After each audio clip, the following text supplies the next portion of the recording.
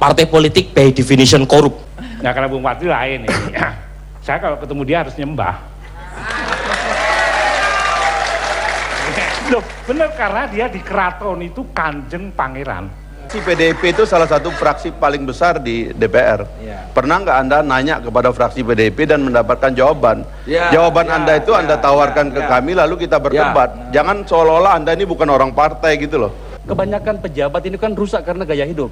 Masalahnya Anda tidak mengerti beda antara legislatif dengan eksekutif. Partai politik itu di dalam literatur ilmu politik disebut dengan necessary evil. Jadi setan tapi dibutuhkan. Saya kira ini kan cuma satu buku yang ngomong kayak begitu. Harus lebih banyak baca buku gitu loh. Jadi supaya kita tahu makna politik itu apa.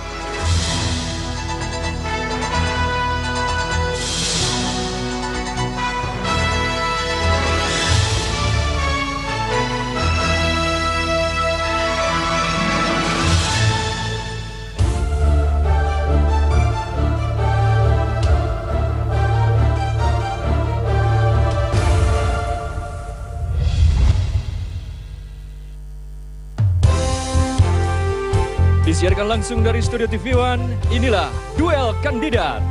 Mantan anggota tim Was Senturi ini mengusung cita-cita mulia tentang restorasi Indonesia. Inilah caleg Partai Nasional Demokrat, Akbar Faisal.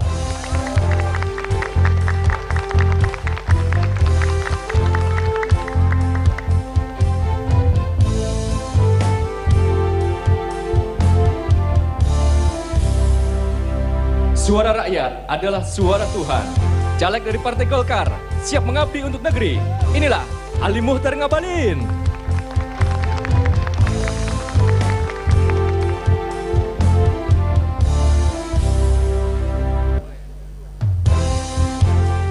Terkenal sebagai salah satu vokalis di Senayan dan berjuang bersama Partai Dakwah.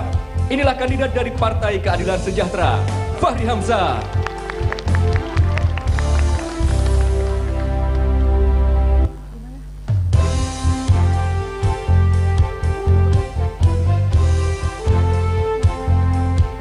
Diusung oleh Partai Gerindra dan berjanji untuk membangun Indonesia. Kita sambut Fadlizon.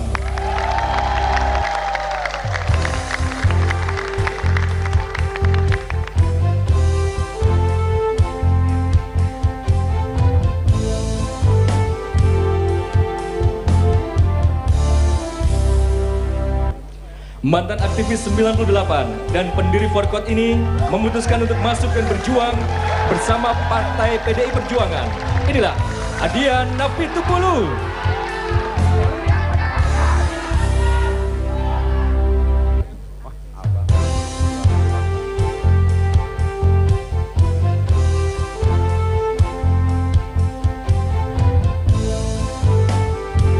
Selanjutnya kita sambut Arswendo Atmowiloto.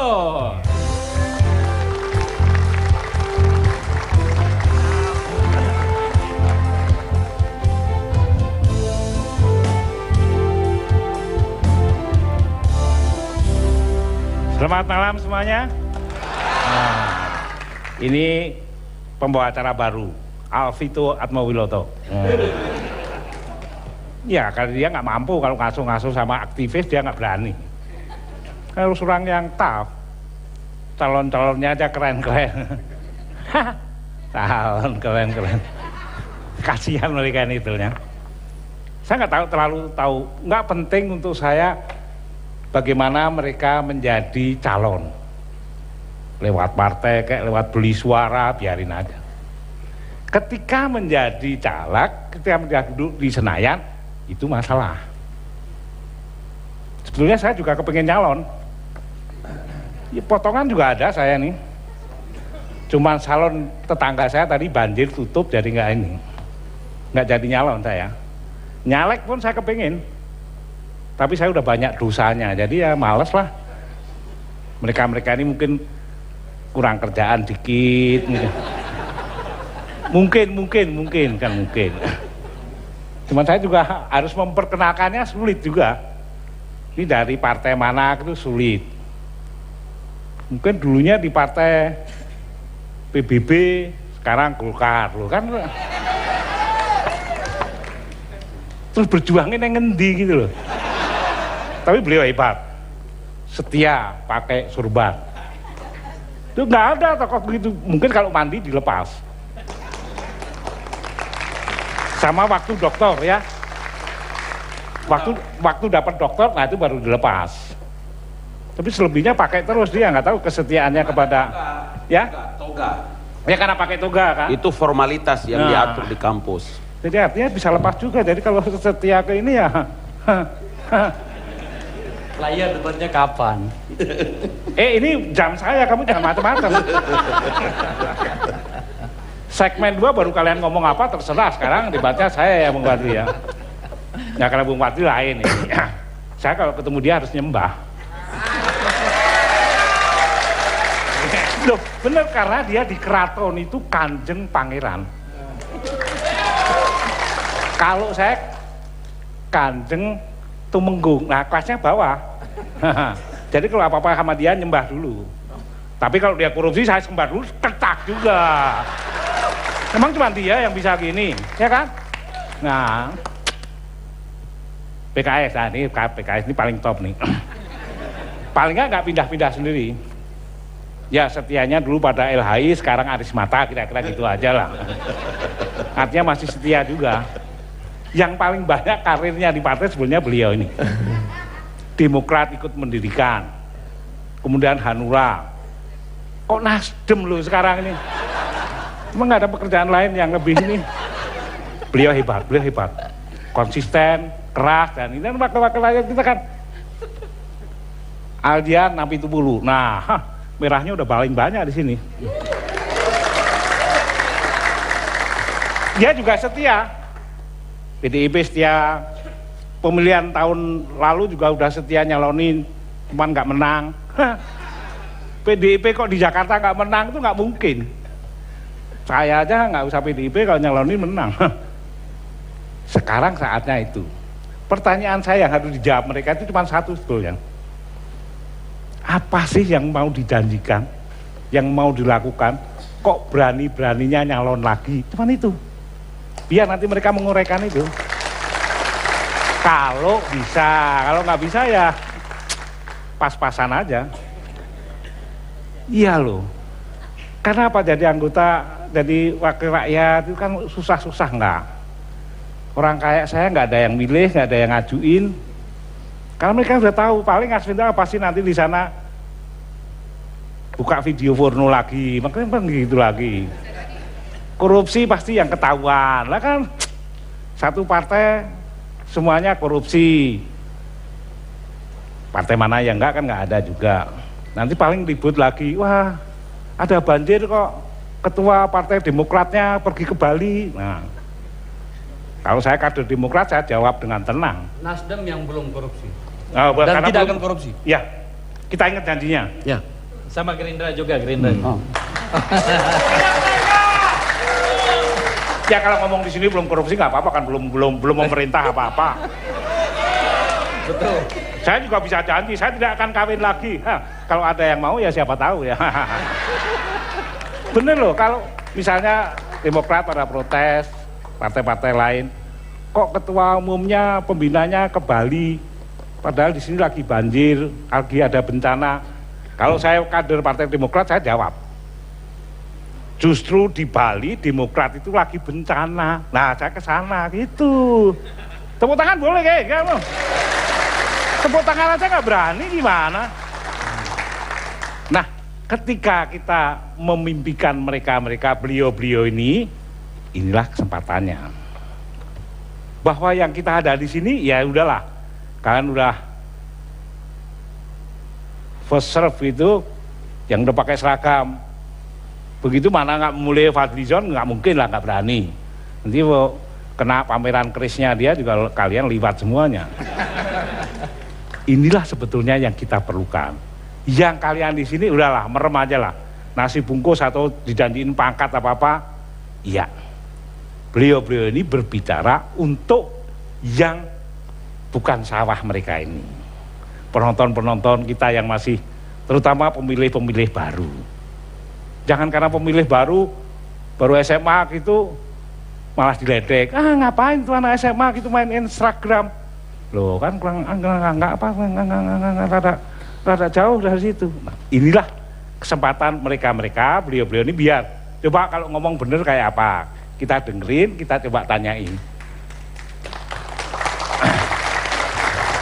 Ya nggak apa-apa. Sekarang Alvinto kalau dia udah merasa dingin, merasa ini, saya kan cuma mengantar aja.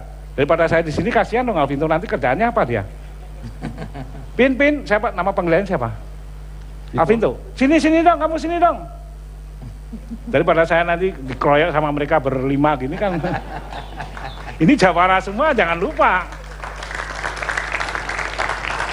Beliau-beliau ini sampai mau mengorbankan diri untuk mewakili. Ini caleg dari mana lagi? Golkar juga nih kayaknya nih. Itu dari senyum sampai geram loh akhirnya dengerin suaranya. Ya kesempatannya kan sekarang ini kapan lagi? Kita berikan tepuk tangan Arswendo Atmowiloto. Walaupun panjang tapi nggak isi ya nggak apa-apa lah, yang namanya juga ngeramein. Tapi ya, enggak sesuai dengan temanya, kalau wakil rakyat ada isinya malah nggak kepilih ya. Mas, tapi saya ingin tanya begini, dari awal Anda bercerita itu isinya a priori semua, kenapa begitu? Lah sekarang siapa yang nggak a priori sama wakil rakyat? Siapa? Coba tanyain. Wakil rakyatnya sendiri a priori dengan dirinya sendiri. PKS, betapa repotnya harus ngadepin tiap kali ditanyain soal sapi. Nah, misalnya, saya menjaga dalam turbolin kuitin gini, dalam kondisi repot begini gimana coba jawabnya? Orang manajemen paling top aja susah. Tapi pertanyaannya kemudian, kalau kayak gitu ya nggak usah milih lah kita. Enggak, jangan milih, enggak benar itu. Terus?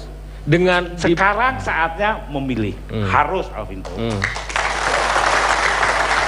Ya taruhlah 5 orang ini nggak bener, ya rada ada yang bener dikit gitu loh. Taruhlah nih 5 orang ini nggak ada yang bener nih.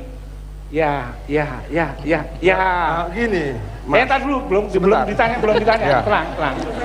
Nggak tahu ya begini, pertanyaan gini. Kalau misalnya kemudian Anda punya kesempatan untuk bertanya kepada semua kandidat calon legislatif yang jumlahnya ribuan itu, satu pertanyaan yang bisa mewakili suasana kebatinan kita semua nih, masyarakat Indonesia, kira-kira apa? Dan apa yang harus mereka jawab? What should you do? Loh, biar kelihatannya rasa aneh, pelajar bahasa Inggris baru tadi malam. Dari Google ada tulisannya gitu. Apa sih yang kalian tawarkan, kenapa berani-beraninya nyalon lagi? Ini kan sudah calon. Tadi belum ada penjelasan dari Mas Wendo tadi. Ini merupakan kesempatan kepada kita semua, masyarakat Indonesia, Anda dan saya, untuk mengetahui seperti apa calon-calon yang akan Anda pilih 9 April mendatang. Dan ini adalah 5 di antara mereka. Kita berikan aplaus dulu pada masing-masingnya. Selama kurang lebih 2 jam kita akan mendengarkan seperti apa visi mereka dan bagaimana mereka menyajikan solusi dari berbagai permasalahan yang ada di Indonesia. Ada yang ingin komplain dulu? Ada yang ingin membantah, menafikan apa yang dinyatakan, bukan menafikan, menyanggah apa yang disampaikan oleh... Ntar aja, nggak apa-apa, ntar kita bantai terakhir aja. Tapi pertanyaan yang disampaikan adalah, apa yang akan mereka tawarkan? Modal apa, kok berani-beraninya nyalonin lagi? Karena begini Alvinto, ya kemarin aja nyalon udah kepilih sebagian, ini kan nggak kelihatan. Pertanyaan gini loh, kan sederhana. Sebut nama yang dimaksud siapa? Yang tadi itu siapa? Iya, ini 4 orang, 5 orang ini kan kemarin udah nyalonin juga. Tapi kan. belum menang. Belum menang. Kalau Fadlizon kan sempat MPR tahun 97-98. Kalau Fahri Hamzah sudah masuk 2 periode ya. 2. Kalau abang kita ini kan dari PBB dia pindah ke Golkar. Kalau Nasdem ini kan sudah 3 partai seperti Mas bilang tadi. Nah saya kan hebat. Saya kan belum pernah duduk nih, sama sekali belum pernah duduk di DPR. Loh ya kok ya mau-maunya, modalnya apa? Nah kalau saya berpikir masa begini, ada hal menarik. APBN kita per tahun 1.800 ya kalau ngomongnya APBN begini, coba inilah. Menurut saya kalau wakil rakyat Alvinto, cuma 1. Di mana ada 2 atau 3 keluhan kalian ada di situ, itu baru pemimpin. Kalau APBN kita di mana? Rakyat nanti akan lebih sejahtera, enggak ada. Itu jadi penting karena penderitaan rakyat. Menurut KPK 30% dari APBN kita yang 1.800 triliun itu hilang dikorupsi. Besarannya sekitar 400 sampai 600 triliun. Kalau dipakai untuk menciptakan lapangan pekerjaan, dia potensial bisa membuka 13 juta lapangan pekerjaan setiap tahun. Nah, bagi saya ini satu hal yang harus kita perjuangkan. Bagaimana kita bilang mau membangun negeri ini ketika 560 orang ini tidak punya, saya katakan tidak punya hati ya, untuk sama-sama menjaga, karena kan 80% APBN itu kan dibayar oleh pajak rakyat. Tidak cuma dari kekayaan alam, tidak cuma dari Tapi di lima partai ini kecuali Nasdem yang baru menjadi kontestan dan Gerindra, semuanya punya cerita yang masuk dalam 400 triliun termasuk ya, partai. partainya baru jadi kontestan. Orangnya kan sudah pernah duduk di DPR. Ya, artinya dari 400 triliun Anda katakan itu, sebagiannya ada di partai-partai itu. Bagaimana Anda kemudian bisa menyatakan bahwa ini berbeda dari yang Saya setuju dengan yang dibilang Mas tadi, bahwa agak membingungkan kita. Yang kita nilai di sini partai yang baru jadi kontestan dengan orang lama atau bagaimana? Ya pokoknya semua wakilnya aja. Kalau boleh saya ikut. Boleh, nggak apa-apa. Pertama, kita ini kan melihat bahwa pengambilan keputusan itu kan di dalam politik. Dan politik ini kalau diisi oleh orang-orang baik, pasti isinya akan baik. Kalau diisi oleh orang-orang yang punya niat jahat, pasti akan jahat. Jadi kekotoran itu sebetulnya karena orang, bukan karena politiknya. Jadi kita ingin semakin banyak orang baik, dari manapun asal partainya, itu akan semakin bagus dalam politik kita. Dan ini yang saya kira ke depan itu harus mencari lebih banyak sumber-sumber air bersih, sehingga oke, bercampur dengan air kotor, tapi kalau lama-lama air bersihnya makin banyak, sungainya akan bening, kira-kira begitu. Bagaimana menurut Anda? Ini kan dibilangin sama Adian tadi Banyak orang yang tidak paham dan kemudian berbicara banyak tentang apa kondisi yang di DPR. Termasuk Adian? Enggak, saya tidak mengatakan, dia sahabat saya kok. Apalagi PDIP kan, ya sahabat lah kita ya. Tetapi yang ingin saya katakan adalah naif apabila kita menyamakan 560 orang yang ada di DPR itu sama dengan sampah yang memang harus kita akui bahwa memang ada sampah di dalamnya. Ada banyak orang baik di sana. Bagaimana kemudian saya harus menilai sampah orang seperti Fahri Hamzah ini yang komitmen dengan disiplin dengan apa yang harus dilakukannya di DPR, meskipun saya berbeda partai, saya respect sama dia. Dan masih banyak orang yang lain. Maka kemudian yang ingin saya katakan adalah tergantung pada apa niatnya orang itu masuk ke dalam. Setidaknya Pak sahabatku Adian, setidaknya apa yang saya bisa katakan, 400 triliun yang hilang setiap tahun. Nah, nanti kita bicara tentang angka. Tetapi yang ingin saya katakan adalah bahwa ada orang lain di dalam, ada banyak orang baik di dalam yang harus kita berikan kesempatan. Ada kawan saya, kita mau bicara tentang gaya hidup nih. Ini kan kebanyakan pejabat ini kan rusak karena gaya hidup. Apa yang harus saya mengatakan kepada banyak orang di Indonesia ini? Ada anggota DPR, saya tahu saya katakan partainya. Itu jam 6 kurang 5 menit, dia sudah ada di stasiun Bogor. Dan tiba di stasiun di Duku Atas ini, itu sebelum jam 7, anggota DPR dan baik. Tetapi memang ada yang brengsek. Enggak, secara filosofis dibilang begini. Yang jadi menarik kan ketika saya bilang ada 560 anggota DPR, jangan kemudian dipilah-pilah jadi perilaku orang per orang. Saya melihat ini bertanggung jawab kolektif, karena hilangnya itu bersama-sama. Orang katakan bahwa mau sebaik-baik apapun orang, mendiamkan kejahatan adalah kejahatan. Jadi kalau kemudian dia naik KRL setiap hari, lalu kita jadikan alat ukur sebagai sebuah tindakan kebaikan, tapi di sisi lain dia membiarkan kebocoran sampai 30% itu, sama saja dia menyetujui kejahatan, dia menyetujui pencurian. Pak Adian, jadi saya lebih baik sedikit ya. Begini, saya tidak pernah menuduh siapapun yang kita ada di sini. Walaupun beberapa yang ada di sini sudah sempat menduduki kursi itu. Saya ingin menjelaskan sedikit. Yang ingin saya tanya, boleh saya potong sebentar? Kenapa tidak kita bicarakan tentang bagaimana mekanisme pengawasan? Kita nggak usah dengerin lah kalau udah bisa. Bagaimana belum jadi anggota DPR, udah pada beranteman gitu. Jangan bersikap. Sebentar. Bung Akbar jangan bersikap seolah-olah saya menyerang Bung. Tidak. Saya cuma melihat ada 30% uang APBN kita yang hilang, angkanya 400 bisa sampai 600 triliun rupiah. Kalau kita pakai untuk menciptakan lapangan pekerjaan, dia efektif bisa menciptakan 13 juta lapangan pekerjaan. Jangan merasa terganggu. Saya tidak sebut satu kata pun tentang Anda panas boleh. Ya. Saya mau tanya Fahri yang juga menjadi bagian dari DPR sekarang ini. Anda setuju dan mengamini itu? Ya, problem kita dari dulu itu adalah kita senang dengan penjelasan yang simple atau sederhana, tapi kemudian abai untuk menemukan jawaban yang sesungguhnya dari persoalan yang ada. Karena itulah kemudian kita menemukan jawaban yang salah solusi yang salah dan seterusnya berulang-ulang begitu. Jadi misalnya kalau bicara DPR ya, Anda mau menyalahkan orang atau mau menyalahkan institusi atau mau menyalahkan siapa begitu? Kalau Adian menyalahkan orang. Nah, Tidak, saya mengatakan bahwa itu kan terjadi hampir setiap tahun periode anggaran. ya, Lalu kenapa tidak berusaha diperbaiki? tapi Ya. begini, ada Memperkuat problem proses misalnya. pengawasan misalnya, Ya. Bung kontrol Fahri, dan Bung Fahri, sebagainya. selesaikan dulu. Ada problem misalnya Ya. kalau Anda mau menyalahkan orang-orang ya. Di antara partai yang mayoritas isinya di DPR itu ya PDIP misalnya begitu. Dan kita harus tahu bahwa soal suara itu, voting itu sangat penting di dalam parlemen. Ya. Jadi satu orang bisa tidak ada gunanya karena kebenaran yang minoritas itu kalah voting ya. Tapi kalau mayoritas atau orang-orang yang besar tidak memiliki konsepsi juga akhirnya keliru juga gitu. Jadi tidak bisa memberikan solusi. Jadi pemerintah tanggung, jadi oposisi juga tanggung. Jadi yang kita hadapi itu adalah keputusan-keputusan yang tanggung, yang tidak selesai. Nah, saya cenderung mau mengambil akar dari banyak persoalan ini gitu. Kalau menurut saya akarnya itu memang pada generasi, karena itu malam ini saya hadir sebetulnya karena saya melihat anak-anak muda baru yang tampil di dalam politik itu memang harus lebih banyak. Karena nanti keputusan-keputusan politik kita itu banyak terkait dengan generasi, terkait dengan keberanian, terkait dengan feeling kita tentang masa dan zaman kita gitu. Saya kira itu saya lebih cenderung ke situ.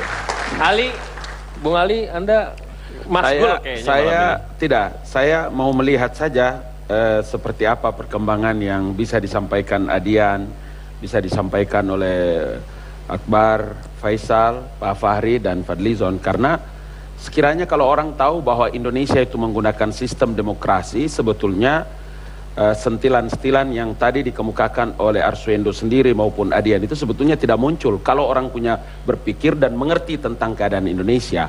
Karena demokrasi yang saudara pilih, kalau persoalan demokrasi maka mestinya sebagai anak negeri tidak perlu ada pernyataan-pernyataan itu. Karena Adian mungkin tidak pernah duduk di parlemen, tapi partainya kan di parlemen. Saya memang betul ada di Golkar baru, dari PBB ke Golkar. Tapi bukan persoalan lain daripada persoalan konstitusi kan.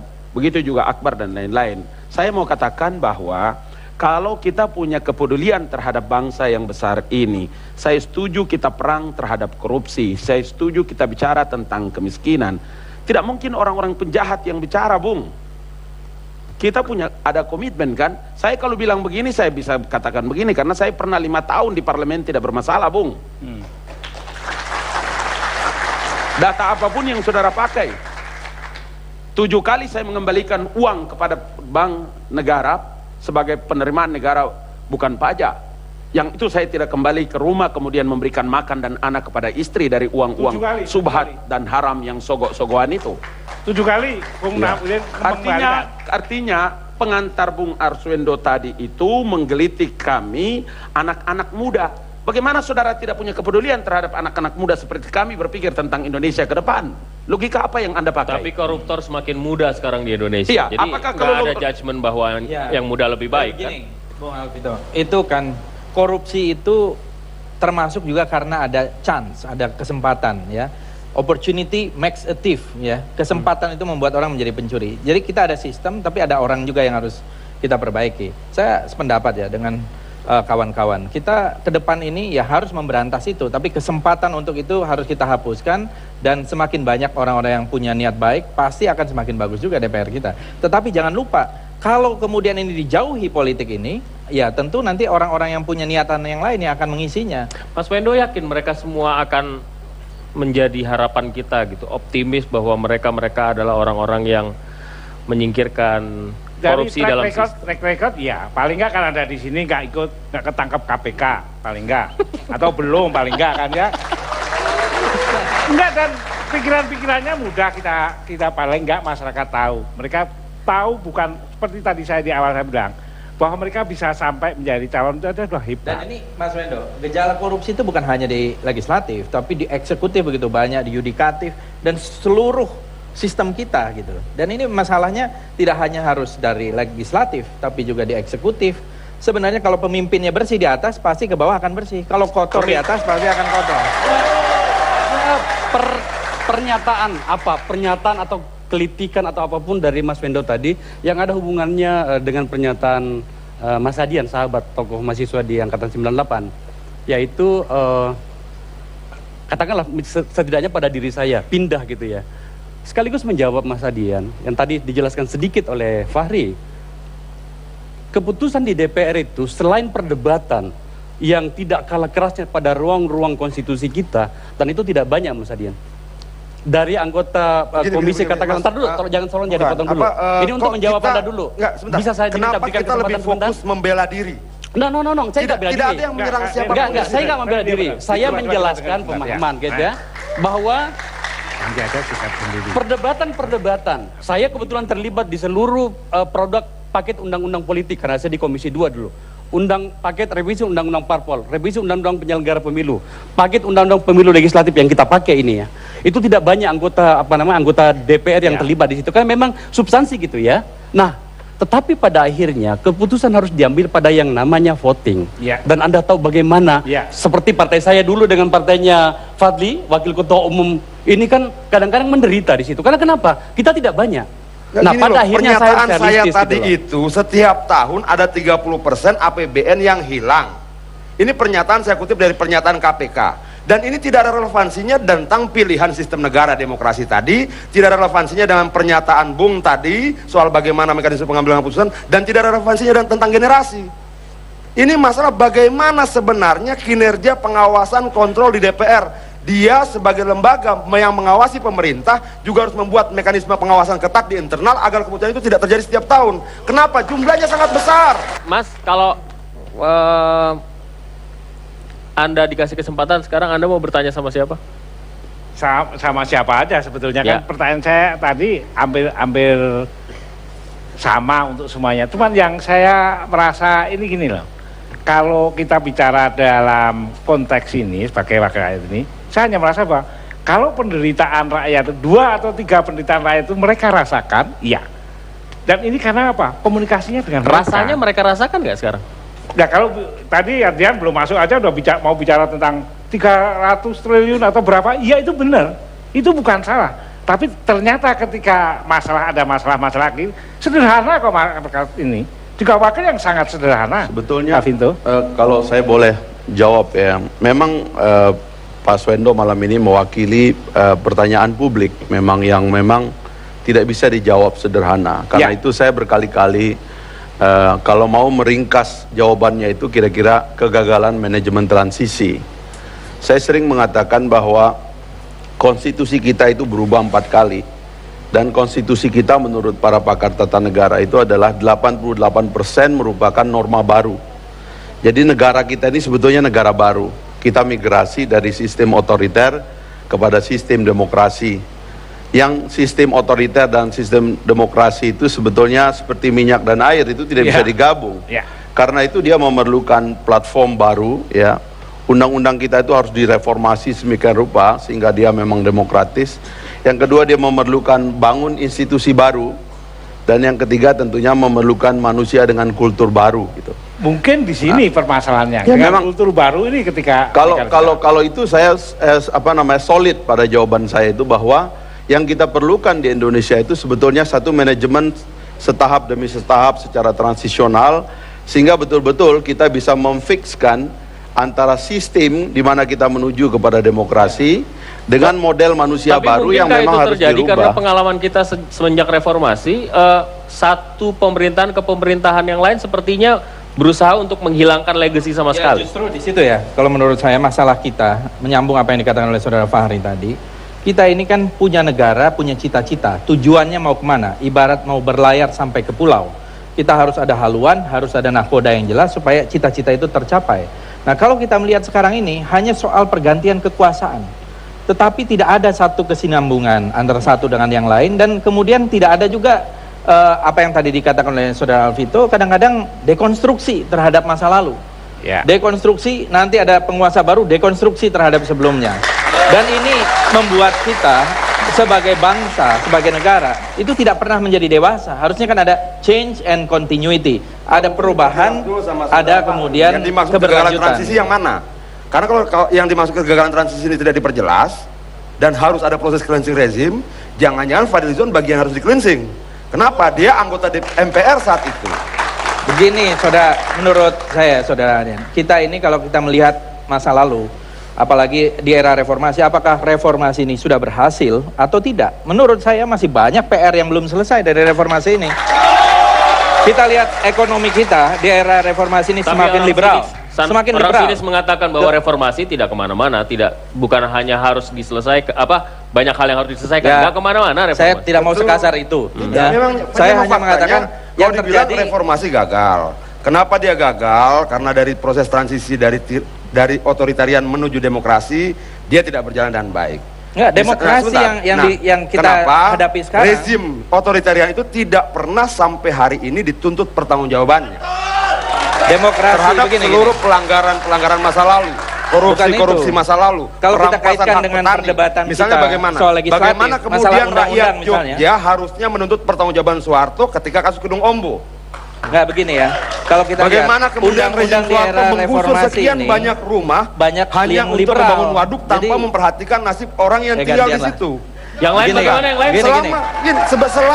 Selama rezim lama tidak pernah dituntut pertanggungjawabannya, kita akan terus kalau menerus kita mengulang selalu itu dari menyalahkan masa lalu, itu tidak akan kemana-mana, Bung. Bagaimana jawabnya? Ini Sekarang kan bagian gini, dari enggak, Saya mau katakan bahwa persoalan bangsa hari ini adalah persoalan ketidaktulusan kita dalam menyelenggarakan pemerintahan dan mekanisme kontrol. Itu saudara harus ingat baik-baik. Karena kita bicara dalam kapasitas sebagai kandidat parlemen member, calon anggota legislatif. Saya bisa mempertanggungjawabkan itu kepada seluruh rakyat Sulawesi Selatan Dapil 3. Saya harus kasih tahu kepada mereka, dan saya bisa katakan kepada mereka bahwa mekanisme kontrol di parlemen itu adalah mekanisme yang dalam prosentasenya 61,54%. Tapi bisa dipahami karena mereka berbagi dapil yang sama ternyata ya. Jadi kencangnya itu karena enggak. Bukan itu masalahnya. Bukan begini. Itu. Ya. Jangan-jangan ini dari panggung juga buat kalian. Ya. Alvito, begini. Ini kan Adian bicara tentang kebocoran anggaran pendapatan belanja negara. Itu manusianya.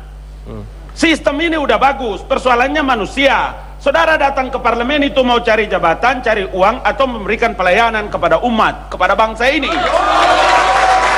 Kenapa bisa terjadi kebocoran anggaran begitu besar? Karena memang watak-watak perampok, watak-watak pencuri yang datang ke parlemen.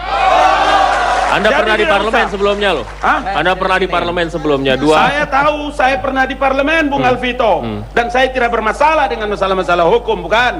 Karena itu kalau bicara tentang anggaran pendapatan belanja negara, kami ini mengerti, Adian. Kami ini mengerti. Cuma saya tidak mau bantah, saudara. Tidak perlu dibantah, karena saya juga tidak menyerang saudara, kan seperti itu. Bukan. Masalahnya begini. Bicara tentang kebocoran anggaran pendapatan belanja negara. Tunggu. Bicara tentang kebocoran anggaran pendapatan belanja negara. Enggak, beda. Ini beda dapil. Tapi kan saya mau bilang. Persoalannya begini. Anggaran pendapatan belanja negara itu kan diambil dari pajak-pajak rakyat. Maka sesungguhnya parlemen member itu adalah memberikan. Tapi Arswendo pagi-pagi sudah katakan jangan bicara soal. Nggak bisa, dia tidak mengerti apa-apa, mau duduk cerita dengan kita untuk apa? Kan kita berbicara tentang watak dulu. Kita berbicara tentang watak. Bagaimana? Ini orang kalau di parlemen, saya akan lawan dia kalau dia punya pernyataan begini.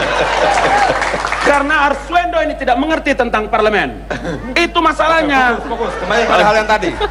Bentar, Akbar dulu. Dia benar. Saya tidak ngerti di parlemen karena saya tidak kepingin tambah dosa. Udah. Jadi gini, ini giliran saya. Oh iya. Ini pembawa acara ini banyak ngomongnya nih. Saudara Adian, kami paham itu, insya Allah. Tentu saja meskipun saya tidak pernah menjadi anggota Banggar, angka 30% dan itu kan bukan isu baru. Sumitro Joyo Hadikusumo telah mengatakan itu puluhan tahun yang lalu. Realitasnya ada itu. Maksudnya tapi soal puluhan tahun terjadi kebocoran itu? Taruh dulu ya. Bahaya. Tetapi kemudian yang perlu Anda pahami juga bahwa sebenarnya mekanisme Anda yang ini loh, yang saya sukanya bahasanya Adian ini adalah saya membayangkan diriku sebelum masuk ke parlemen gaya demonstran begini.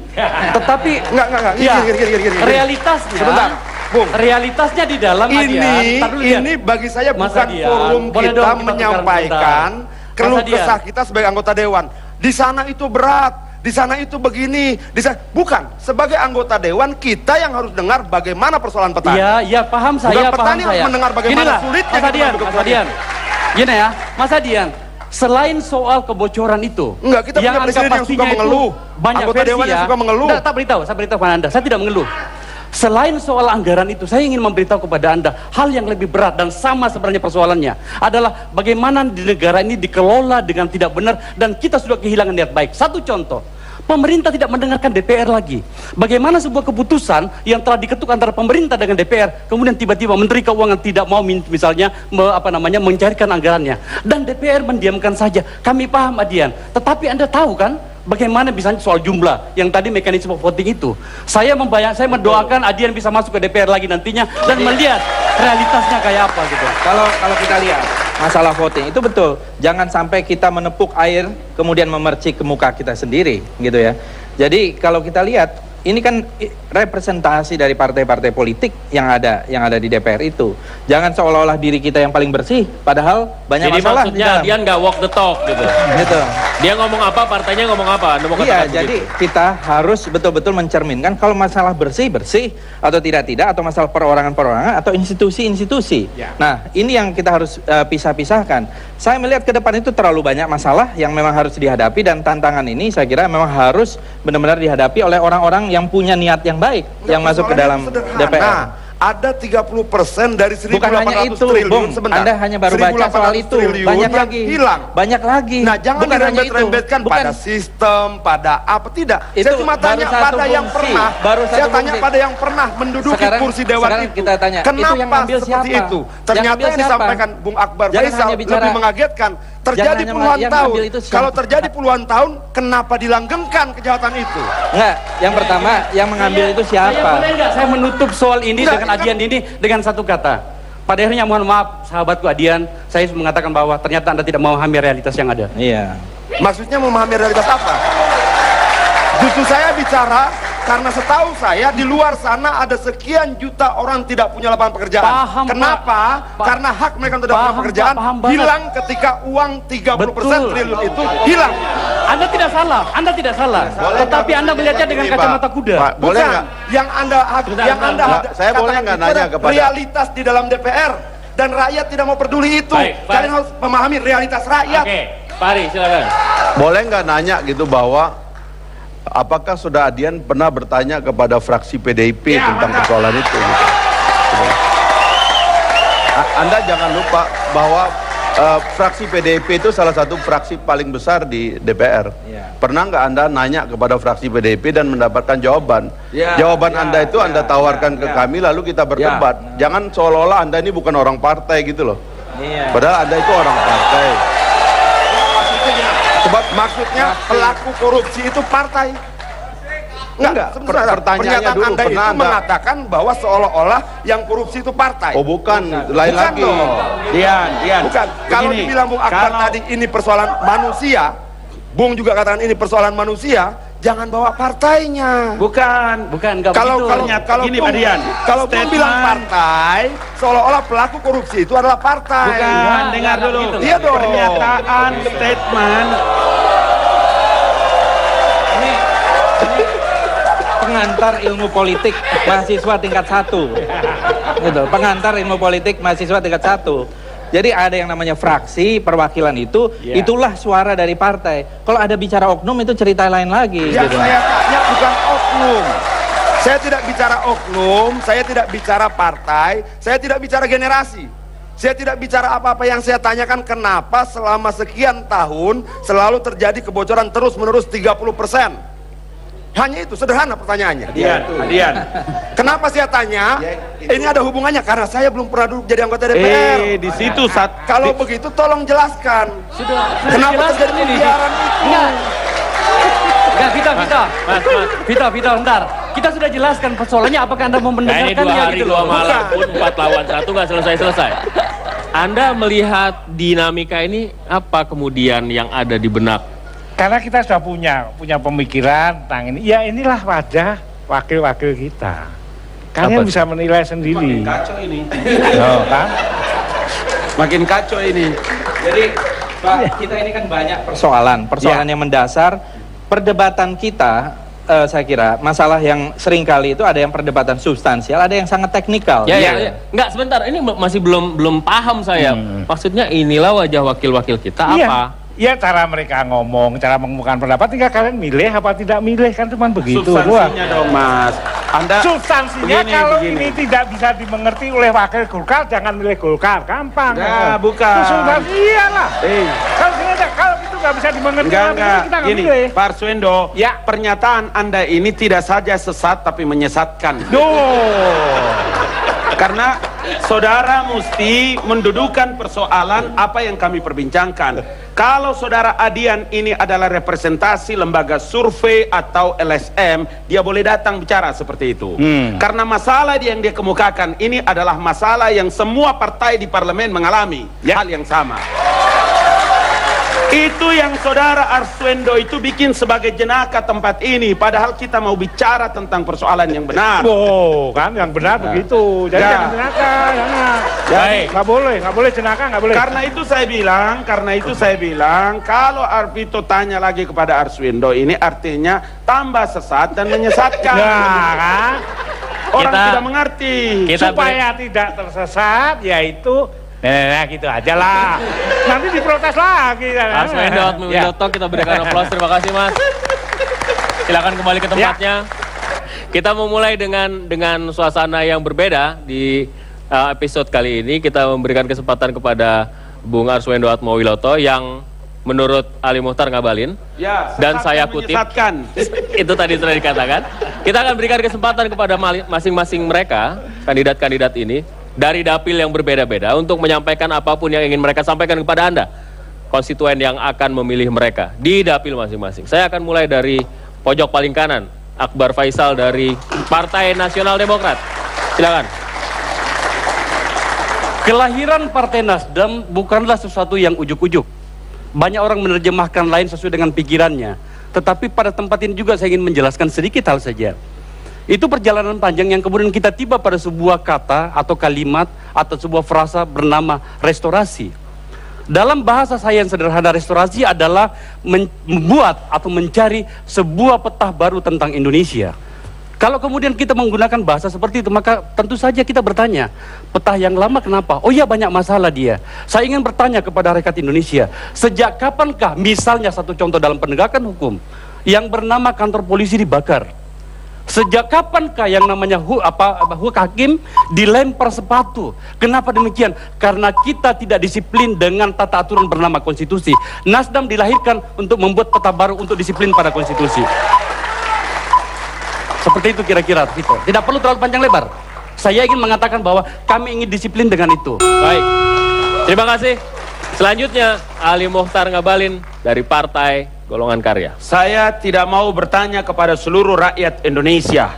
Saya hanya mau menyampaikan kepada seluruh rakyat Sulawesi Selatan 3 dari Pindrang, Sidrap, Endrekang, Toraja, dan Luhuraya. Saya mau kasih tahu kepada saudara-saudara semua, Komendre Kaya Deu Pakasiriki. Kalau saya duduk menjadi anggota parlemen dan Bapak dan saudara-saudara memilih saya tidak permalukan saudara, dan saya abdikan jiwa dan raga dan waktu saya untuk mengurus rakyat dan wilayah Sulawesi Selatan 3. Karena itu saya ingin mengatakan kepada saudara-saudara, seperti di mana-mana saya telah mensosialisasikan diri dan menyampaikan, jangan lagi di negeri ini ada orang menggunakan segala cara untuk menghalalkan dirinya dan memperkaya dirinya. Berhentilah memberi makan dan minum kepada anak dan istri saudara dengan cara-cara korupsi, subhat dan haram untuk mengambil uang-uang rakyat, memperkaya diri saudara. Karena itu, insya Allah saya yakin dan percaya kalau saya adalah orang yang tepat untuk mewakili saudara-saudara dari Baik. Sulawesi Selatan 3. Jangan bilang coblos dulu ya, nanti kena KPU nanti. Ditegur KPU. Ya? No problem. Maaf, Prabu. Sudah. Selanjutnya Fahri Hamzah, Partai Keadilan Sejahtera. Ya, saya ingin menyampaikan sesuatu yang sebetulnya tidak sederhana, karena yang kita harus lihat sebagai anggota dewan itu bukanlah problem satu daerah, tapi keindonesiaan secara umum, ya. Kita datang sebagai anggota parlemen itu adalah datang atas nama daerah, menjuru bicarai daerah, tetapi berbicara tentang Indonesia. Saya datang dari Nusa Tenggara Barat untuk berbicara tentang Indonesia. Inilah pikiran dari orang-orang daerah tentang Indonesia. Nah, kami merasa bahwa seperti yang sering disebutkan oleh Presiden PKS Pak Anies Mata itu, kita melihat Indonesia sebagai gelombang. Gelombang menemukan Indonesia sudah kita lalui.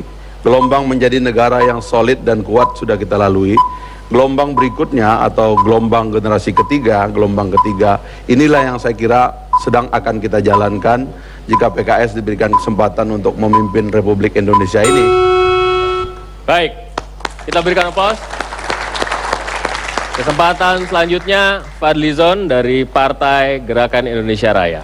Ya, saya diminta oleh partai untuk mewakili Dapil 5 Jawa Barat, yaitu Kabupaten Bogor, di mana saya dibesarkan, saya sekolah di sana, dan saya juga tidak akan mengecewakan jika saya terpilih untuk mewakili Dapil 5 Jawa Barat Kabupaten Bogor. Partai Gerindra jelas sesuai dengan namanya Gerakan Indonesia Raya. Ini partai yang dinamis, kita ingin menuju Indonesia Raya, bukan sekedar Indonesia saja. Dan untuk ke arah sana kita perlu ada jalan, roadmap. Roadmapnya itu apa? Program. Sampai sejauh ini Partai Gerindra boleh diklaim satu-satunya partai yang sudah mengeluarkan program, yaitu 6 program aksi transformasi bangsa. Dan kita juga alhamdulillah sampai sejauh ini menjadi partai yang bersih dari korupsi, dan mudah-mudahan tidak ada kader yang akan korupsi, sesuai dengan kesepakatan dan juga dari Dewan Pembina. Kalau ada yang korupsi pasti langsung kita pecat. Jadi kita ingin ada satu kejujuran, amanah, ya, sidik fatonah, ya, sifat-sifat dari Nabi Muhammad SAW, ya, karena kita masih dalam suasana ini. Baik.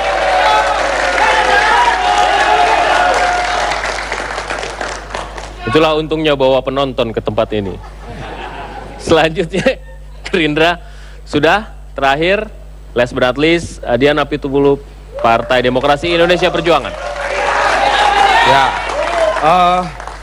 saya dipercaya oleh DPP PDI Perjuangan mencalonkan diri jadi calon anggota DPR RI dari Dapil Jabar 5. Saya bersatu dapil dengan Fadlizon, dan ketika saya jalan ke sana, ke Gunung Handiwung misalnya, saya bingung. Kenapa setelah 60 tahun lebih kita merdeka, dengan jarak yang tidak lebih dari 50 km dari pusat kekuasaan negara, di situ ada istana, di situ ada DPR RI, tapi sampai hari ini listrik saya tidak ada. Nah, maksud saya ada yang salah dengan Republik ini. Ada yang salah yang harus kita perbaiki sama-sama, dan itu tidak bisa dibangun tidak di dalam kerangka ideologi.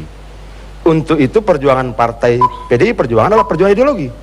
Bagaimana membangun negara Indonesia yang luar biasa hebatnya, yang dibangun di atas kejahatan rakyatnya. Dan untuk mencapai situ kita setuju untuk tidak melakukan korupsi, kita setuju untuk berpihak pada rakyat secara sungguh-sungguh, kita setuju untuk membaktikan diri kita, hidup kita secara untuk Indonesia. Baik. Ini Gerindra dan Nasdem adalah dua partai baru yang baru masuk dalam posisi kontestasi pemilu di saat yang sekarang. Gerindra, Nasdem, saya tergelitik dengan istilah restorasi. Restorasi dan reformasi bedanya apa? Beda. Kalau restorasi itu dia relatif lebih wise menyelesaikan masalah. Kalau reformasi? Reformasi agak seperti kita lihat kemarin kan gitu. Jadi reformasi itu nggak kelar. Gagal nih. Partai-partai sebelum Anda saya sedang mencari dan terus mencari jawabannya. Ternyata saya tidak temukan. Apa sih kenapa kita tidak berjiwa besar untuk mengatakan oh ya, memang ada sesuatu yang saya tidak mengatakan semuanya salah. Tapi ada yang harus kita perbaiki. Maka tapi kemudian, kan orang-orang Nasdem kebanyakan juga seiring sejalan dengan Golkar. Oh iya. Orang-orang Golkar juga isinya. Iya benar. Kenapa? Ini kan persoalannya adalah di mana ruangnya Anda berada. Seperti saya misalnya, saya ingin mengatakan gini Mas Vito, dan Anda tahu lah kita pernah satu kelas dulu. Bagaimana kemudian yang namanya minoritas itu menjadi selalu menyakitkan. Ada banyak satu contoh kasus, Senturi misalnya. Kalau kemudian ternyata mereka mendengarkan apa yang saya minta, karena saya satu-satunya yang meminta yang namanya HAM menyatakan pendapat. Karena itulah media yang harus dilalui oleh DPR melalui pendekatan hukum tata negara. Tetapi kan tidak ada yang mendengarkan saya. Kenapa? Saya yang paling kecil. Maka kemudian, oh ya, saya harus mencari sesuatu yang besar untuk melakukan perombakan yang bisa diterima dengan akal sehat kita. Maka kemudian saya berada di sini. Banyak orang yang mengatakan, kenapa pindah-pindah partai? Enggak, saya tidak perlu dengan partainya. Tetapi selama saya tidak meninggalkan hati rakyat saya tidak merasa berdosa. Kalau itu artinya komitmen. Jadi nggak pindah-pindah partai, pindah partai tapi komitmennya tetap sama rakyat. Dan saya jamin bahwa ini Nasdem, ini saya boleh dong saya buka rahasia sedikit di sini ya? Iya boleh. Salah satu kesepakatan saya dengan Adian. salah satu kesepakatan saya dengan Pak Surya Paloh dan teman-teman yang yang lebih dulu, karena memang kan saya di Ormas Nasdem dulu, memang kemudian mendirikan partainya, adalah salah satunya adalah pertanyaan saya kepada Pak Surya. Pak Surya, Ketua Umum, bagaimana kemudian kalau ternyata Nasdem pun melakukan perilaku yang sama dengan partai-partai sebelumnya,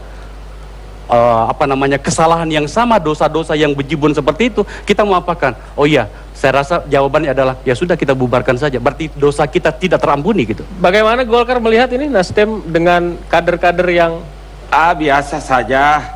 Ya soalnya dia pindah juga. Tidak ada. Gimana? Kalau saya tidak mengklarifikasi diri saya, tetapi semua rakyat Indonesia, utamanya di Sulawesi, tahu bahwa sebetulnya kan saya harus menjadi parlemen member, saya harus di parlemen, tapi karena persoalan aturan, ya saya harus tidak bisa dilantik. Karena itulah orang Sulawesi Selatan 3 mengatakan tidak penting partainya, yang penting ada orangnya. Saya bilang tidak. Partai itu adalah sarana media politik dalam dunia demokrasi. Karena itu tidak mungkin saudara bisa memilih saya kalau saudara tidak mencintai Partai Golkar.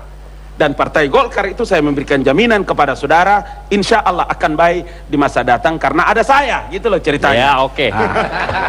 Masih ada tambahan? Ada yang mau menambahi? Ya, kalau menurut saya gini, Bung,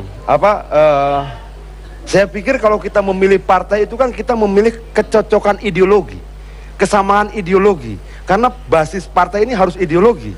Sehingga saya agak bingung ketika ada yang pindah 3 partai, 4 partai, 5 partai. Saya belum selesai.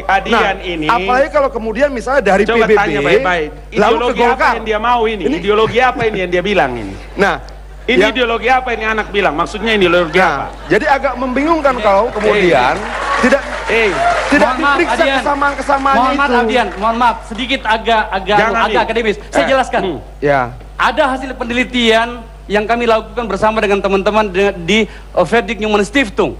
Ada 6 kelemahan partai politik di Indonesia. Pertama, rekrutmen.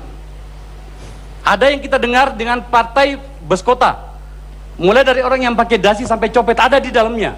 Partai apa itu? Saya silahkan menerjemahkan di pikiran Anda sendiri. Yang kedua adalah kaderisasi zero. Tolong sebutkan kepada saya partai politik di Indonesia yang melakukan kaderisasi dengan benar. Saya harus sedikit memberi catatan kepada PKS, sedikit ada kaderisasinya. Dengan rasa hormat saya dengan teman-teman yang ada. Tetapi yang lainnya tidak ada. Yang dimaksud dengan kaderisasi adalah PDI juga nggak ada. Ntar dulu. Yang dimaksud dengan kaderisasi adalah ketika mau pencalekan dikumpul di sebuah gedung yang besar, dan diajarkan yel-yel dan menang. Itu bukan kaderisasi, Bu. Yang ketiga, Anda dengarkan dulu. Anda kan membutuhkan jawaban partai. Yang saya tanyakan Anda kan membutuhkan jawaban yang logis ya. Saya jelaskan dengan baik. Adalah kenapa kita sebagai kader partai bisa dengan mudah melepaskan partai pindah partai lain. Ini baru 2, bukan Mas. Partainya. Mas, ini baru 2. Partainya. Ini baru 2. Ini persoalan ideologi. Kalau tidak menurut mudah saya, pindah-pindah ideologi. Partai itu adalah satu wadah perjuangan. Wadah perjuangan itu sesuai dengan apa yang ada dalam platform, ada manifestonya, melihat keadaan sekarang dan ingin melakukan satu perubahan terhadap sesuai dengan apa yang ada dalam platform dan kemudian diterjemahkan di dalam program itu. Sehingga partai politik sebagai alat perjuangan ini kan kontestasinya jelas, yaitu di dalam pemilu dan rakyat. Nah, oleh karena itu sebenarnya ke depan yang kita harapkan adalah perdebatan program. Program apa yang sebenarnya akan diajukan oleh setiap partai politik. Di situ.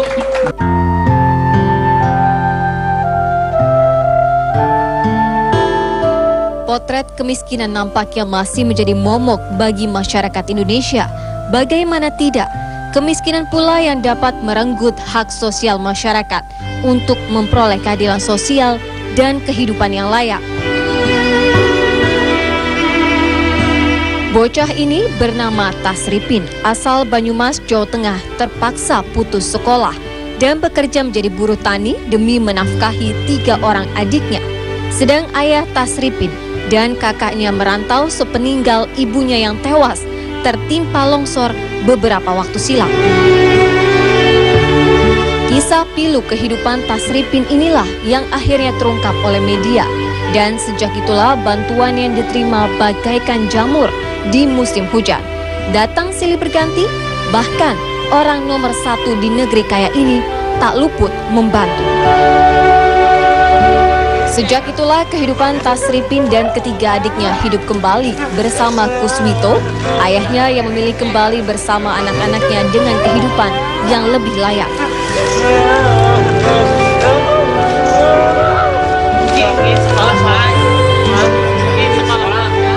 Lantas, di mana keberadaan pemerintah dengan program pengentasan kemiskinannya ketika Tasripin membanting tulang? Dan bagaimana dengan kaum miskin lainnya? Apakah mereka menjadi korban kebijakan pemerintah?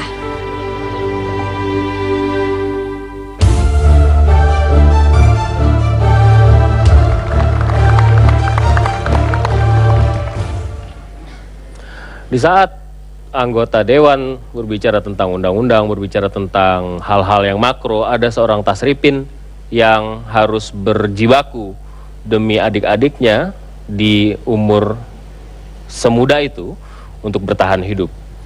Sementara orang tuanya harus pergi merantau meninggalkan anak-anak mereka yang masih sangat kecil untuk bisa menghidupi mereka. Bersama saya sudah ada keluarga Pak Kus dan juga Tasripin.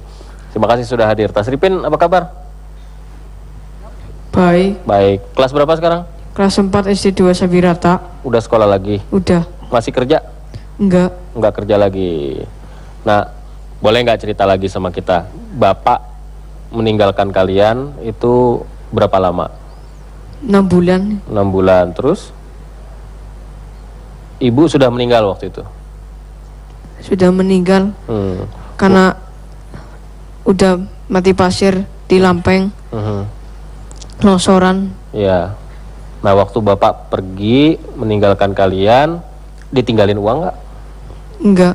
Nggak ditinggalin uang. Terus makannya gimana? Kini karo wane iki. Gimana? Kamu kerja? Nggih. Kerja apa? Kerja apa kamu? Tani. Tani. Berapa dapatnya? 10.000. Satu hari? Nggih. 10.000 itu dibeliin apa aja sama kamu? Beras sih. Terus? Buat makan adik-adik ya? Berapa lama kerjanya, dari jam berapa? Jam 7 sampai jam 4 sih. Enggak sekolah? Enggak. Waktu kamu kerja, adik-adik siapa yang jagain? Dolan sendiri. Oh, main sendiri. Terus kalau tidur, habis pulang kamu kerja masak? Nggih. 10.000 itu beli beras sama beli apa lagi? Sayuran. Sayuran. Adik-adik mau makan nggak kalau itu? Mau. Mau makan. Terus setelah makan malam gitu, terus kamu belajar sholat, nggak? Belajar. Adik-adik diajarin juga? Nggih. Masih sempat? Masih. Terus tidurnya kamu temenin? Temenin semua. Kangen nggak sama bapak? Nggih. Kangen ya. Bapak kasih uang nggak? Kasih. Kasih. Berapa sebulan dikirim?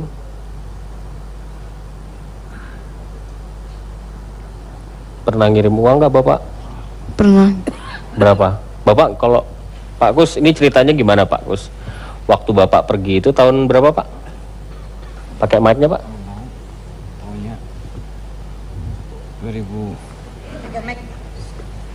2003. 2003. Iya. Terus kerjanya di mana? Di Kalimantan. Di Kalimantan. Kerja apa Pak? Di kelapa sawit. Ibu udah nggak ada waktu itu. Bapak tinggalin Tasripin sama adik-adik sendiri. Iya udah.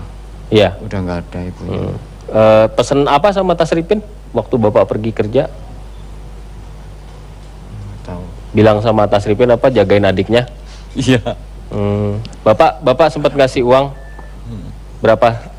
500. 500 setiap bulan? Iya. Oh, cerita nggak Tasripin harus jagain adiknya dan lain sebagainya. Ya. Pak, waktu 2009 Bapak milih nggak? Nyoblos nggak? Nyoblos. Di mana? Di kampungnya sendiri. Oke. Terus ada nggak harapan Bapak ini orang-orang yang sudah saya pilih bantuin saya gitu, ada nggak gitu sebenarnya harapannya? Ada. Ada yang datang nggak? Ada. Ada juga ya, setelah media memberitakan itu ya? Iya. Oke. Bapak tanggapannya? Silakan siapa saja. Ya, penyelesaian masalah kemiskinan di Republik ini tidak bisa seperti pemadam kebakaran. Undang-undang kan telah mengatur seperti apa negara memiliki tanggung jawab terhadap masalah kemiskinan. Karena itu tidak bisa dari tahun ke tahun beratus-ratus tahun nanti Republik ini merdeka dan hidup, kemudian kemiskinan sama seperti Tasrifin dan adik-adiknya. Artinya kalau itu dipulangkan kepada parlemen, kepada DPR, ini kan undang-undangnya ada, Undang-Undang Dasar 1945 mengatur tentang fakir miskin dan anak-anak terlantar. Persoalan yang sederhana adalah memang seberapa jauh kontrol anggaran pendapatan belanja negara terhadap kebijakan-kebijakan pemerintah yang berpihak kepada undang-undang terkait dengan fakir miskin dan anak terlantar. Kalau pemerintah yang memiliki kepedulian, tidak bisa penyelesaiannya lewat Twitter, tidak bisa penyelesaiannya dengan SMS, tidak bisa hanya dengan SMS kemudian bawa bungkusan mie dan lain-lain. Nggak bisa. Negeri apa kayak begitu? Orang yang punya visi bangsa dan negara, kenegarawanan itu adalah memang memikirkan kekayaan bangsa dan negara Republik ini mestinya tidak ada golongan-golongan seperti Tasrifin dan lain-lain. Ini murni kesalahan pemerintah. Kalau boleh juga saya ikut menambahkan ya. Pertama memang sangat prihatin dengan apa yang terjadi terhadap Tasrifin dan juga keluarga. Ini adalah puncak dari gunung es. Lebih banyak lagi sebetulnya yang terjadi. Ini adalah kasus yang terlihat kepada Tasrifin dan kawan. Saya kira banyak di Indonesia angka kemiskinan akrobat, angka-angka kemiskinan juga selalu dilakukan oleh pemerintah. Dan kalau kita lihat sekarang ini Gini koefisien atau kesenjangan antara orang kaya dengan orang miskin semakin melebar. Sekarang itu 0,41. Hampir 0,5. Berarti ada 1% orang Indonesia menguasai 40% aset distribusi kekayaan dari seluruh republik ini. Ini sangat membahayakan. Harusnya seperti amanat juga Undang-Undang Dasar, bumi, air, dan kekayaan alam yang terkandung di dalamnya dikuasai oleh negara untuk sebesar-besar kemakmuran rakyat. Tapi pertanyaannya, ini yang harus dikembalikan. Tapi pertanyaannya Bapak, ada nggak hikmah dari kami memilih kemudian atau orang-orang yang tidak yang kurang beruntung seperti keluarga Tasrifin dan lain sebagainya? Ada nggak hikmah di balik mereka memilih bahwa Bapak sekalian nanti? Kalau misalnya pada akhirnya yang disalahkan tetap pemerintah saja. Nah, persoalan gini, menurut saya begini. Saya dulu, ya. Dalam konteks yang global, besar, negara bertanggung jawab. Tapi saya tidak ingin terlalu lebay mempermainkan wacana itu. Saya tiba-tiba melihat diriku, melihat orang-orang yang banyak dan kebetulan ada di depan kita bernama Tasrifin. Saudara Vito, dan kepada Ananda Tasrifin, saya membaca kisahmu di Kompas. Dan saya agak sesak napas membacanya. Saya tidak perlu panjang lebar. Ananda pulang dari sini, saya akan membelikan kamu buku ya. Jangan dicatat, jangan, tidak perlu memilih saya dan siapapun, tapi dari saya aja. Ya, oke. Nah, ya itu yang saya bilang, Tasrifin ini kan produk. Tasrifin ini dan Tasrifin lainnya adalah produk. Produk dari apa? Dari kebocoran 30% di DPR, kebocoran yang lain-lain. Enggak, maksudnya gini, penyelesaian agar tidak lahir Tasrifin baru tentunya tidak dengan membagikan buku pada Tasrifin, tapi bagaimana memastikan kalau tidak, paling tidak jangan ada lagi kebocoran sampai 30%, tekan jadi 20, tekan jadi 10 dan sebagainya. Buku apa? Jangan jauh-jauh. Buku apa ya, ini? Selesai dulu. Nah, kalau kemudian DPR sebagai pengawas jalannya pemerintahan sudah dilumuri kekotoran, pasti dia tidak bisa mengawasi pemerintahan dengan baik. Bung Fahri. Iya, saya kira memang kepemimpinan ekonomi itu Anda suka atau tidak, itu memang domainnya eksekutif lebih banyak. Karena kalau Anda tanya Dewan itu kan dia cuma bermain pada APBN ya. lebih banyak instrumen budget negara yang merupakan kewenangan dewan. Walaupun sesungguhnya mereka konstituen Anda. Oh iya, soal kemiskinan itu Anda tahu saya ini datang dari provinsi di antara yang paling miskin ya. Bahkan kalau kita memakai standar dari UNDP, kalau nasional itu kan $2 per hari per kapita itu disebut keluar dari garis kemiskinan. Bahkan di tempat saya itu bisa $0,5 per hari per kapita.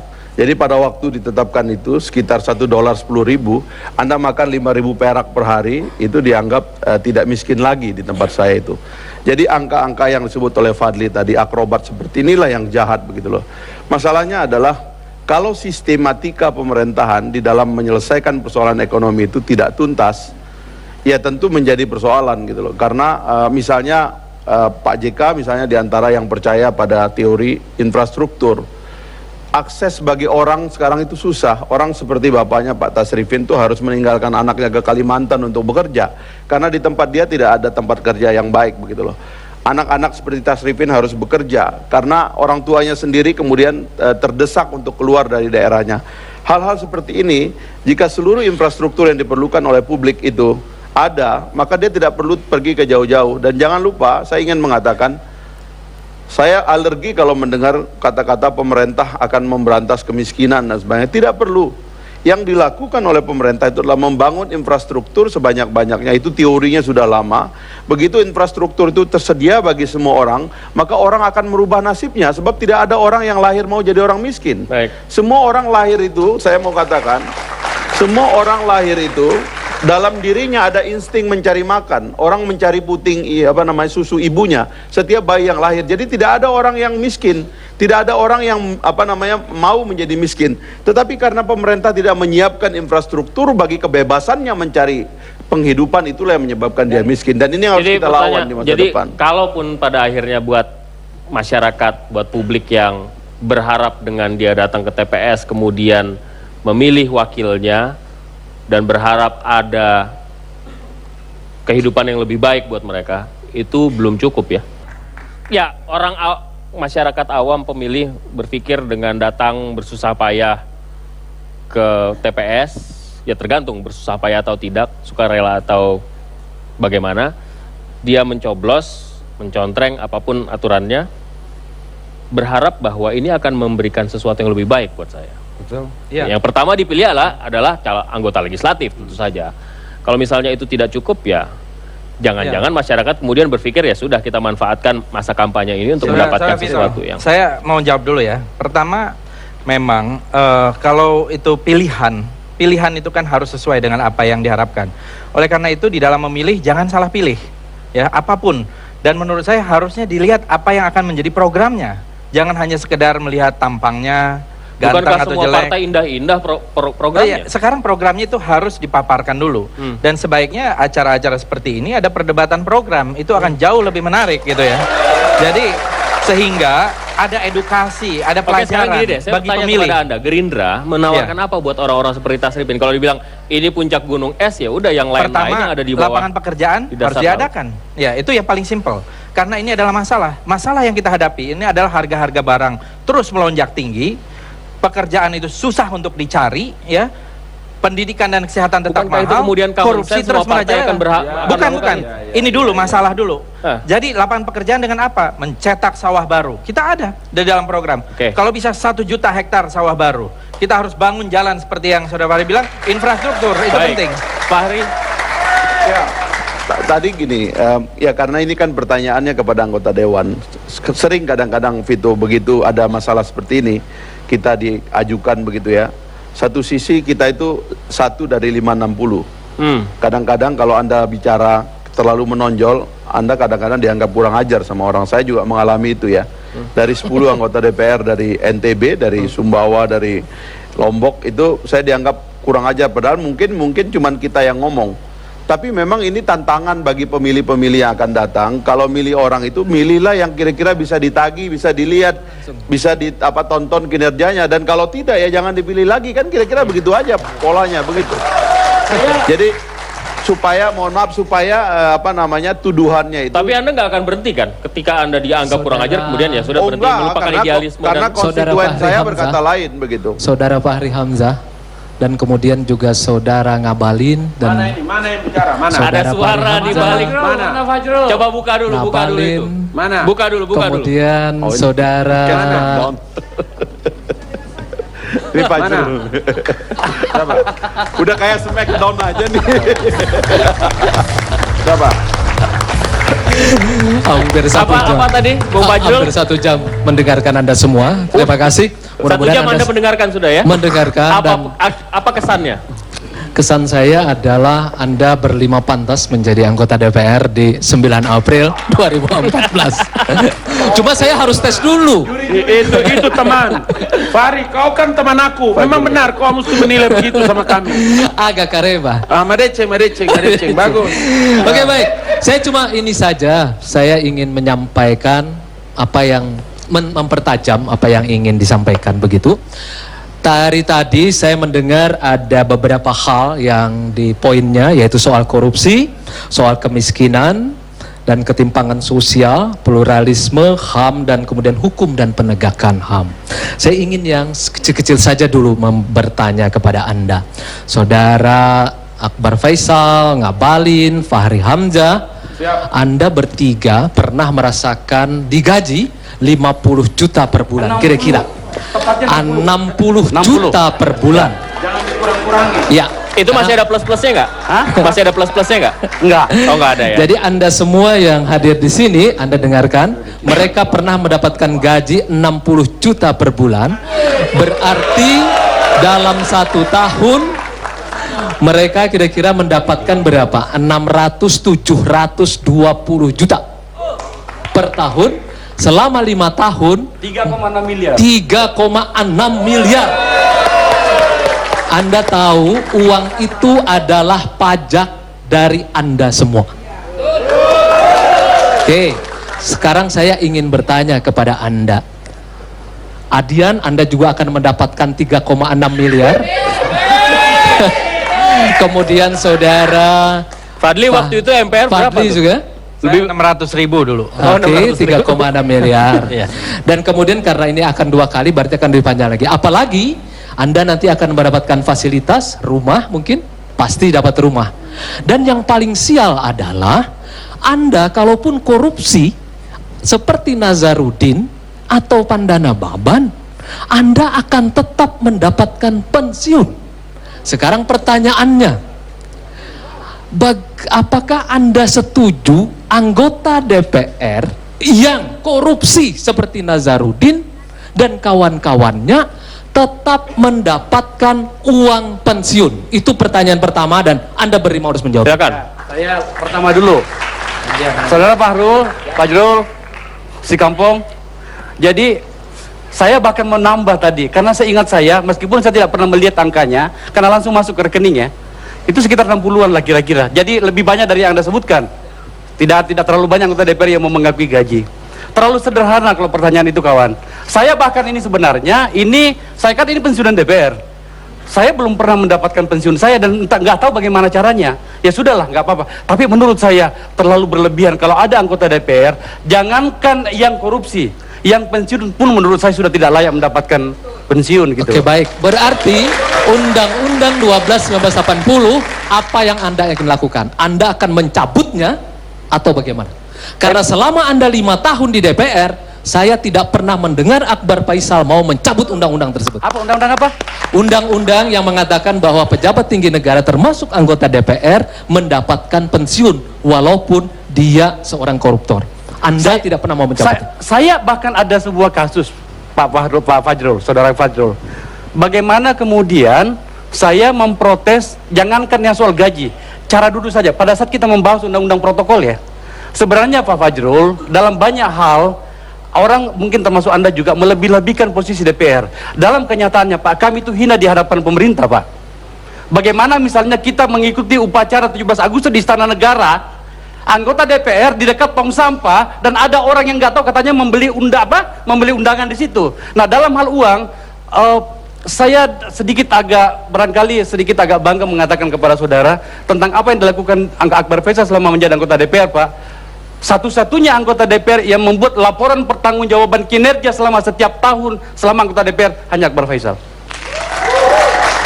Dan itu tidak terbantahkan. Tetapi apapun namanya Pak Fajrul, terlalu banyak peristiwa di DPR yang ternyata tidak cukup hanya seorang Akbar Faisal di situ.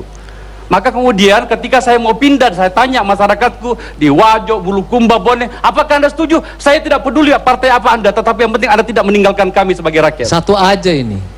Dari 60 juta gaji Anda per bulan, tadi ada Tasripin. Anda kira-kira mau memberi dia berapa? Tadi dari saya sudah tawarin, tadi bulan? staf saya sudah meminta nomornya. Betul. Jangan lihat ini sebagai bahan kampanye. Sebagai manusia, karena saya melihat diri saya pada dia, saya akan membelikan pembeli buku. Tidak untuk yang lain, pembeli buku. Oh, jadi Anda tidak mau misalnya akan memberikan 50 juta untuk Tasripin? Saya gitu? tidak punya uang, Pak Fajrul. Saya mau, ternyata saya pensiun dari DPR pun ternyata saya bukan orang kaya. Boleh, enggak apa-apa saya sebutkan di sini barangkali, saya tidak malu mengatakannya. Bahkan rumah yang saya tempati sekarang pun belum lunas. Oke, baik. Yang lain deh menjawabnya. Oke. Saya sama tapi pendek aja jawabnya. Ya. Bagaimana Anda menilai anggota DPR yang korup tetap mendapatkan pensiun dan apa yang akan Anda lakukan? Gitu aja. Terminologi korup sampai hari ini seperti kalau kita mengakui terhadap konstitusi negara, setiap orang itu menjadi tersangka, menjadi terdakwa, menjadi segala macam yang kaitannya dengan hukum. Saya harus mengatakan dengan jujur bahwa sama seperti orang mengatakan, Republik ini juga selalu semua orang mengatakan. Sederhana aja, Nazarudin sudah diputus korupsi dan sekarang mendapatkan uang pensiun dari DPR. Anda setuju atau tidak? Tidak. Kalau Anda tidak setuju, bagaimana gini, Anda lakukan? Saya belum menegar bahwa kalau Nazarudin itu mendapat pensiun. Jangan ente bikin cerita, karena dia tidak cukup untuk melaksanakan tugas di parlemen. Saudara harus tahu ada masa jenjang orang berdinas di parlemen, baru dia memiliki persentase bisa mendapatkan pensiun. Jangan keliru, Fajrul jangan bikin pertanyaan yang macam-macam. Dari Sekjen DPR sudah ditegaskan bahwa hati-hati, ada undang-undang yang mengatur anggota parlemen. Pertanyaannya, kalau misalnya dia menjadi terpidana korupsi, masih terima gaji, masih terima pensiun. Tidak bisa, dia tidak bisa dapat pensiun kalau hanya 1 tahun baru berdinas sudah korupsi. Ya, kalau tidak misalnya, mungkin. Kalau 2 tahun misalnya. 2 tahun tidak bisa. Dari mana saudara dapat baca undang-undang? Coba baca itu undang-undang di sana. Gini. Karena itu kenapa kami mendapat pensiun? Karena saya berdinas 5 tahun. Baik, oke, Burhan, silakan. Terima kasih. Saya ingin mengembalikan perdebatan kita, terutama pada segmen pertama hingga ketiga. Nah, tadi ada, saya kira satu pernyataan yang menarik untuk kita diskusikan. Ini soal 30% APBN? Ya, soal partai politik itu, apakah by definition kotor atau korup, ataukah partai politik ibarat pisau yang bisa kita pakai untuk kepentingan kita sebagai masyarakat, atau untuk kepentingan elit-elit politik saja. Menurut Anda dulu sampai sekarang? Gini, kalau yang pertama ya, partai politik by definition korup atau kotor, saya kira sudah banyak referensi yang menuju ke arah sana, bahwa partai politik korup atau kotor karena memang di dalam dirinya partai politik akan menciptakan monster-monster jahat, dan itu dimungkinkan oleh satu sistem yang dibikin oleh partai itu sendiri yang bersifat tidak demokratis. Contoh misalnya dalam soal pendanaan partai politik, ini kalau kita bicara sistem. Sekarang kalau kita lihat di DPR, semua inisiasi untuk mentransparansikan rumah tangga pendanaan partai politik selalu dihadang oleh elit partai itu sendiri. Padahal pengeluaran partai politik itu sangat mahal, misalnya untuk kebutuhan administrasi, sementara budget dari negara juga kecil. Jadi kalau kemudian partai politik dianggap by definition kotor, karena memang partai politik dengan sengaja menciptakan para elitnya untuk korup gitu loh. Ataukah yang kedua? Ini yang kedua. Yang kedua saya tidak terlalu tertarik untuk itu. Mari kita bicara yang pertama dulu. Yang pertama. Ditanggapi. Pertama, menurut saya pernyataan saudara Burhanuddin Muhtadi ini salah. Ya. Kenapa? Karena mengatakan partai politik by definition itu adalah satu pernyataan yang sangat salah. Tidak mungkin partai politik by definition itu sudah kotor. Ya, partai politik adalah instrumen demokrasi. Yang membuat itu kotor atau bersih adalah orang-orangnya, para pelakunya. Begini gitu Bung ya. Vito, saya Jadi, kira Bung maksud saya, Fadlizon tadi- agak kurang mampu memahami Enggak, apa yang saya Anda mengatakan by definition. Begini ya.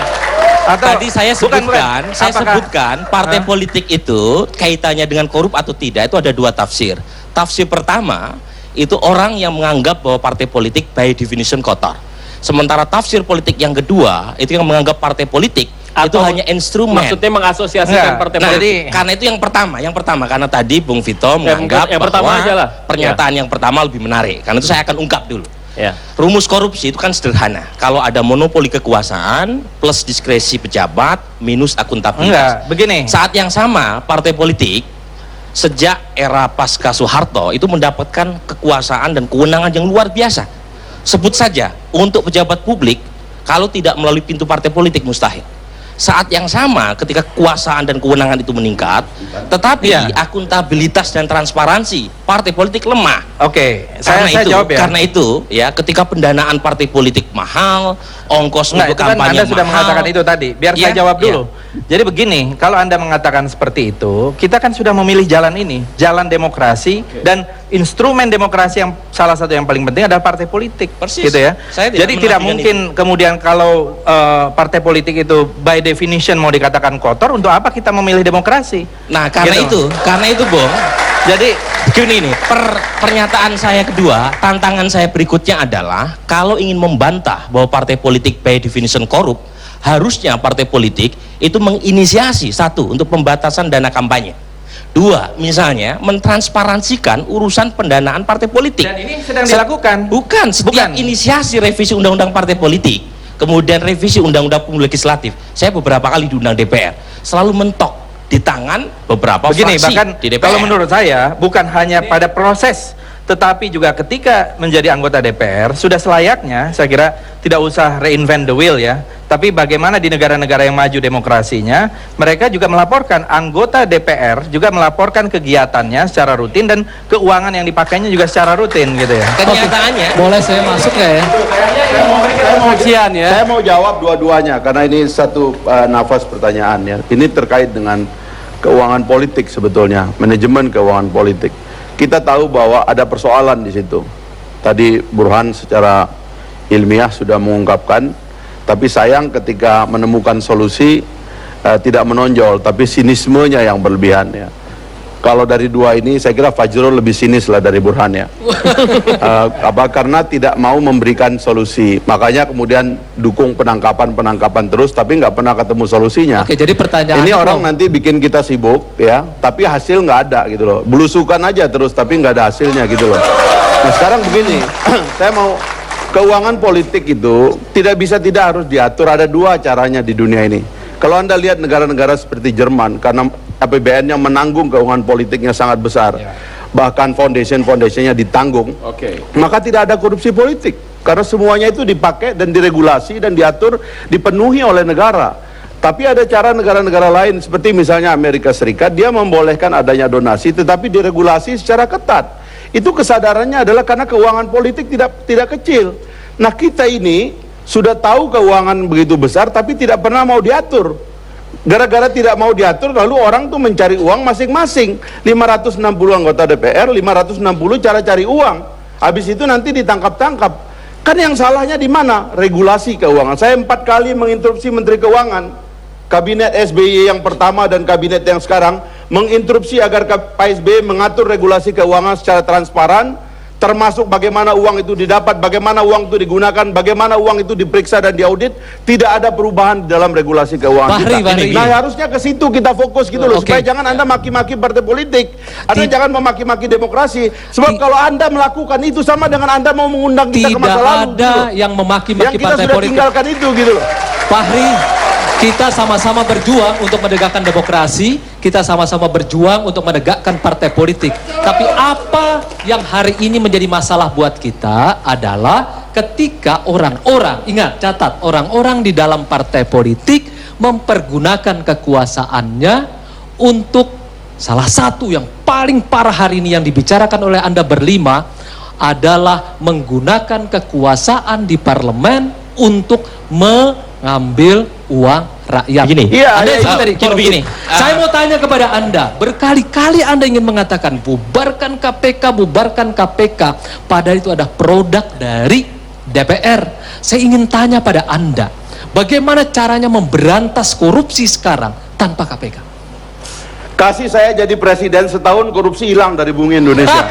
Ini begini. Saya tidak perlu KPK. Saya punya kepolisian Republik Indonesia yang 400.000 aparaturnya.